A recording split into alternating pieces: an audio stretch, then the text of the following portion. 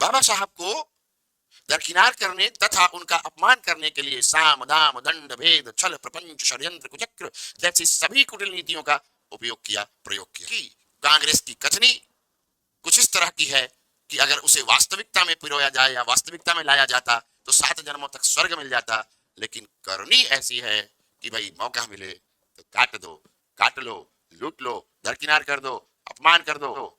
नमस्कार मित्रों, लगातार चुनावी हार झेलते झेलते कांग्रेस इस प्रकार हताश, निराश, कुठाग्रस्त और पथभ्रष्ट हो चुकी है कि विगत कुछ वर्षों से आप लोग देख रहे हैं कि उसके पास फेक नैरेटिव चलाने, भ्रम फैलाने और झूठ का प्रचार करने के अतिरिक्त कोई मार्ग शेष नहीं रहा है। वो लगातार यही कर रहे हैं। आप सबको याद होगा, कुछ समय पहले एक नैरेटिव चलाया गया और वो नैरेटिव क्या था कि सरकार आएगी दोबारा मोदी की, भाजपा की, तो क्या करेगी, संविधान बदल देगी।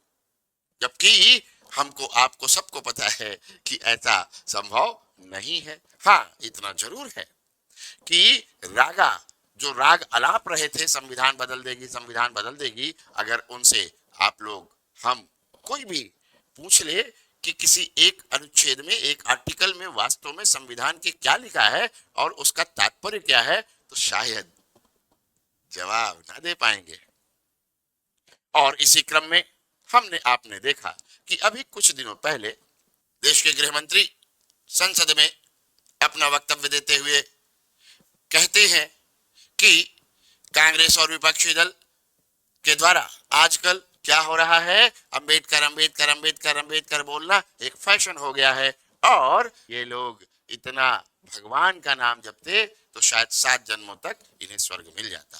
उनके इस कथन के पीछे का जो अर्थ और मंतव्य है वो क्या था? वो दरअसल यही कहना चाह रहे थे ना कि भाई अपनी नीयत बदलो। ये जो कांग्रेस की नीयत और कांग्रेस का चरित्र मुंह में राम बगल में छुरी वाला है, कथनी और करनी में अंतर वाला है, इसको बदलिए। विशेष रूप से अंबेडकर जी के प्रति, दलितों के प्रति, पिछड़ों के प्रति। क्यों? क्योंकि इनका चरित्र ऐतिहासिक रूप से अंबेडकर जी के प्रति ऐसा ही रहा है, मुंह में राम बगल में छुरी। दूसरी ओर अगर आप देखें तो उनके वक्तव्य को आप इस दोहे से भी मिला सकते हैं, मैच कर सकते हैं। कबीरदास जी ने कहा कि माला फेरत जुग भया, फिरा न मन का फेर, तन का मन का डार दे, मन का मन का फेर। अर्थात भाई क्या करना है? तो अमित शाह ने कहा कि कांग्रेस अपनी नीयत को बदले, अपने अंतरात्मा की अशुद्धि को बदले, शुद्ध करे। और इसी क्रम में आप देखेंगे कि ऐसा फेक नैरेटिव चलाना शुरू किया गया कांग्रेस के द्वारा कि लगता है कि ये कांग्रेस और कांग्रेस के बड़े नेता लोग अंबेडकर साहब के बहुत ज्यादा हितैषी रहे, उनका सम्मान करते रहे, जबकि ऐसा सत्य है ही नहीं। मैं तो ये कहता हूं, कांग्रेस, विशेष रूप से नेहरू जी ने बाबा साहब को दरकिनार करने तथा उनका अपमान करने के लिए साम दाम दंड भेद छल प्रपंच षड्यंत्र कुचक्र जैसी सभी कुटिल नीतियों का उपयोग किया, प्रयोग किया। और आज के इस वीडियो में आप ये सारी चीजें देखेंगे। मैं ऐसे 15-20 नहीं, 20 से भी ज्यादा ऐसे उदाहरण प्रस्तुत करने वाला हूं जिससे आपको पता चलेगा कि कांग्रेस की नीति, नीयत दोनों उचित नहीं थी, अनुचित थी, या यूं कहें कि बाबा साहब के विरोध में थी। चलिए जरा ध्यान करिए, ऐतिहासिक रूप से शुरू होते हैं हम लोग। आपको पता होगा भारत के संविधान निर्माण के लिए संविधान सभा का गठन किया गया था। और आपको शायद यह नहीं पता होगा कि जब संविधान सभा का गठन किया गया तो उस समय 296 जो सदस्य आए उनमें अंबेडकर जी का नाम ही नहीं था। उनका नाम पूर्वी बंगाल के एक जो सदस्य थे, नॉमिनेटेड थे, योगेंद्र नाथ मंडल जी, उन्होंने अपना इस्तीफा दिया अपनी सदस्यता से और उसके पश्चात अपने अधिकार का प्रयोग करते हुए उन्होंने अंबेडकर जी को नॉमिनेट किया। सोचिए, मंशा नहीं थी उनको लेने की। उसके पश्चात क्या हुआ? उसके पश्चात आप देखेंगे कि पूरा का पूरा संविधान बाबा साहब के द्वारा निर्मित किया गया, लेकिन जैसे ही अंतरिम सरकार बनी तो क्या हुआ? अंतरिम सरकार की कैबिनेट में भी नेहरू जी लेना नहीं चाहते थे। वो तो बाहरी दबाव के कारण, और कौन बाहरी दबाव उस समय डाल सकता था आपको पता है, नेहरू जी पर आप सब जानते हैं। उनके दबाव के कारण इन्हें मंत्रिमंडल में लिया गया। लेकिन जब मंत्रिमंडल में लिया गया तो क्या किया गया? अपमान, दरकिनार करने की कोशिश की गई। मंत्रिपरिषद में आने के पश्चात जब उन्हें विधि मंत्री बनाया गया तो आप सोचिए, विधि मंत्री रहते हुए उनके किसी भी सलाह को माना ही नहीं गया। कानून से संबंधित सलाह को नहीं माना गया।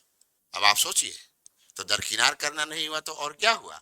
उन्होंने बहुत सारे मुद्दों पर उस समय विरोध किया, और जब उनका विरोध शुरू हुआ तो नेहरू जी उनको और तेजी से दरकिनार करने लग गए। क्या क्या घटनाएं हुई याद कीजिए जरा। आपको याद आएगा कि अंबेडकर जी को जब उन्होंने कहा कि भाई ये जो आपकी नीति है मुस्लिम अपीजमेंट की, ये नहीं होनी चाहिए। मुस्लिम अपीजमेंट पर उन्होंने अपना विरोध दर्ज किया, या यूं कहें कि पूरी की पूरी अपीजमेंट पॉलिसी पर उन्होंने अपना विरोध दर्ज किया। मुस्लिम पर्सनल लॉ बोर्ड के का विरोध उन्होंने किया, उनकी बात नहीं मानी गई।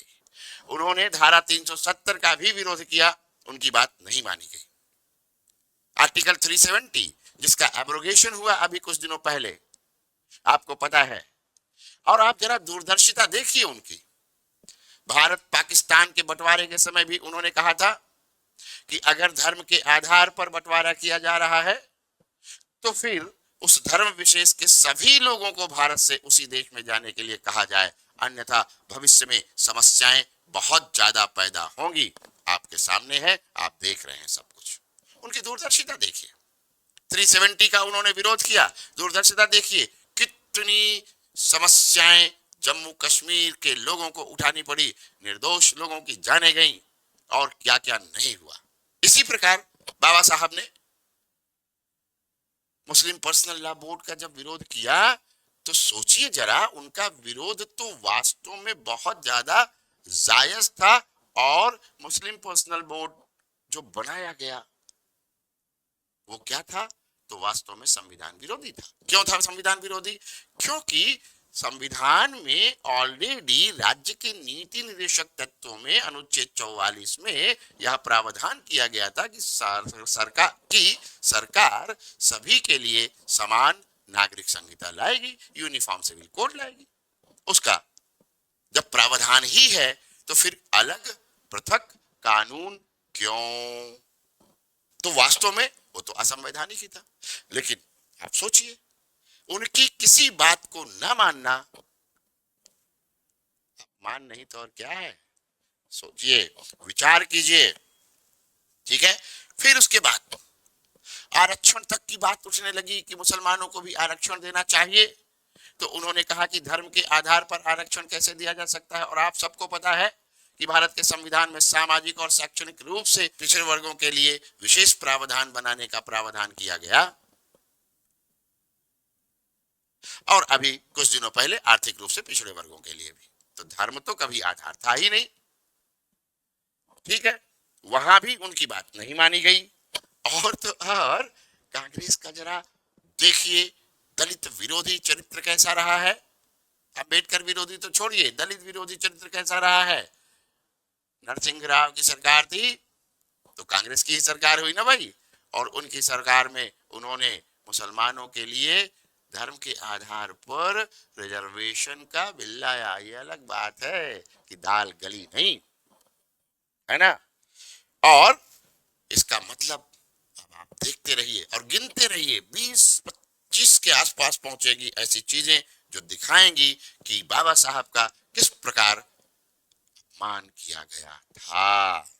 बाबा साहब ने उस समय विदेश नीति का भी विरोध किया जब वो मंत्रिमंडल में थे। और आप देखिए उनकी, फिर मैं कहूंगा उनकी दूरदर्शिता देखिए, उस विदेश नीति का परिणाम क्या मिला हमको।